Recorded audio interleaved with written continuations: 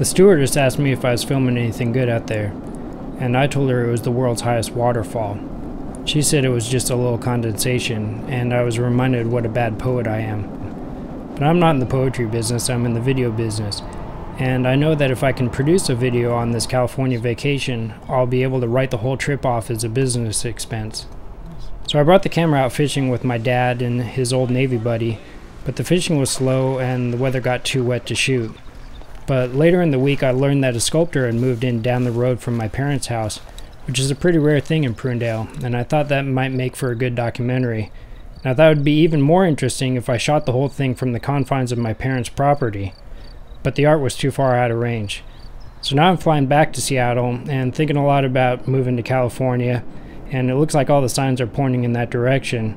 But in either way, this is one video that's been produced and one round-trip flight that's been written off. Who says the government doesn't support the arts?